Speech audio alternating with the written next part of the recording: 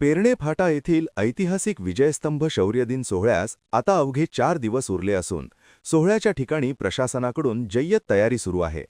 या दिनानिमित्त लाखो भीम अनुयायी जयस्तंभास अभिवादन करण्यासाठी उपस्थित राहणार असल्याने संपूर्ण शासकीय यंत्रणा सज्ज झाली आहे। सोहळ्याच्या ठिकाणी भाविकांच्या सुलभ दर्शनासाठी रॅम्प्स उभारण्याचे काम अंतिम टप्प्यात आले असून परिसराची आकर्षक फुलांनी सजावट करण्यात येत आहे। त्याचबरोबर ऐतिहासिक आणि सामाजिक साहित्याची माहिती देणाऱ्या बुक स्टॉल्सची उभारणी युद्ध पातळीवर सुरू आहे। या संपूर्ण तयारीवर विविध शासकीय विभागांचे वरिष्ठ अधिकारी आणि पोलीस प्रशासन बारकाईने लक्ष ठेवून आहेत। सुरक्षेच्या दृष्टीने चोख बंदोबस्त तैनात करण्यात येणार असून वाहतूक पोलिसांकडून पार्किंग व्यवस्था आणि वाहतूक बदलांचे नियोजन पूर्ण करण्यात आले आहे। शौर्य, एकता आणि इतिहासाची साक्ष देणारा हा सोहळा शांततेत आणि शिस्तबद्ध पद्धतीने पार पाडण्यासाठी प्रशासन आणि स्वयंसेवक सज्ज असल्याचे चित्र पाहायला मिळत आहे। 1 जानेवारी 2026च्या अनुषंगाने या ठिकाणी खूप मोठ्या प्रमाणात आपण पाहिलं तर आता इथे जे बॅरिकेडिंगचं काम चालू आहे, अंदाजे 20 लाखाच्या आसपास लोक येण्याची शक्यता गृहीत धरून पोलीस प्रशासनाने आपला संपूर्ण फौजफाटा म्हणजे कमीत कमी 13 ते 14 हजार ग्रामीण आणि शहरात मिळून पोलिसांचा फौजफाटा या ठिकाणी लागलेला आहे। कायदा व सुव्यवस्था राखावा म्हणून CCTV फुटेज आहेत मोठ्या प्रमाणात। हे रॅकिंगचं काम दिसतंय, इथे तुम्हाला मीडियाचं काम दिसतंय, तिकडे काही खाजगी मंडप पडलेले आहेत की ज्याच्या माध्यमातून धम्माचा प्रचार प्रसार करणार आहोत।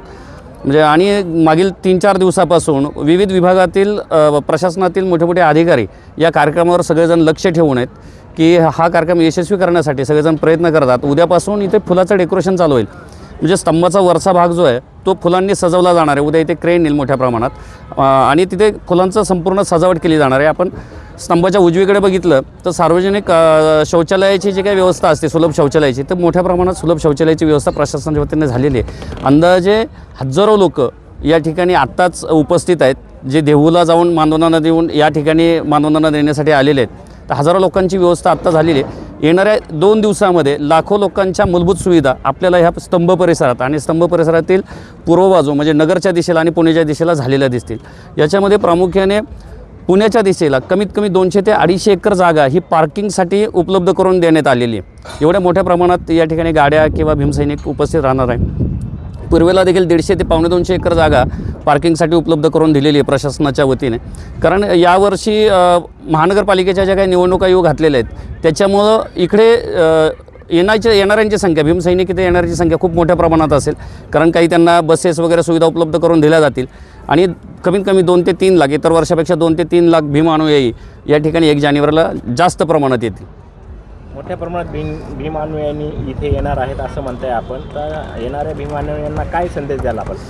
मी असा संदेश देईल की दरवर्षीच जिथे जिथे डॉक्टर बाबासाहेब आंबेडकरांच्या पदस्पर्शाने पावन झालेल्या जे काही भूमी आहेत, क्रांतीभूमी असेल, चैत्यभूमी असेल, या सगळ्या ज्या भूमी आहेत तिथे ज्यावेळेस लाखो भीम अनुयायी येत असतो त्यावेळेस शांततेत येतो तो कार्यक्रम यशस्वी कसा होईल हीच भूमिका त्याच्या पाठीमागची असते। मी या 1 जानेवारीला येणाऱ्या सर्व भीमसैनिकांना आवाहन करेन, खरं तर देशभरातून किंवा देशाच्या बाहेरून देखील काही भीमसैनिक या ठिकाणी मानवंदना देण्यासाठी येत असतात। मी सर्वांना आव्हान करेन की या ठिकाणी आल्यानंतर जी काही ऊर्जा आहे, वर्षभराची जी काही ऊर्जा आहे, या स्तंभाला पाहून या शूरवीरांना मानवंदना देऊन आपल्याला इथं ऊर्जा घेऊन जाण्याचा एक स्रोत आहे, साधं हे ठिकाण आहे। आपण इथे येऊन आपल्या कुटुंबासहित आपण आलात तर इथे संपूर्ण पोलीस प्रशासन असेल, जिल्हा प्रशासन असेल, सर्व व्यवस्था या ठिकाणी उपलब्ध आहेत। आपण आपल्या लहान मुलासहित, वयोवृद्ध माणसासहित या ठिकाणी येऊन मानवंदना देऊ शकता। तेवढी काळजी आपली या ठिकाणी घेण्यात येणार आहे, तर आपण यावं आणि या स्तंभाला मानवंदना द्यावी एवढंच आम्ही आपल्याला सुचवितो। NTV news Marathi, Pune.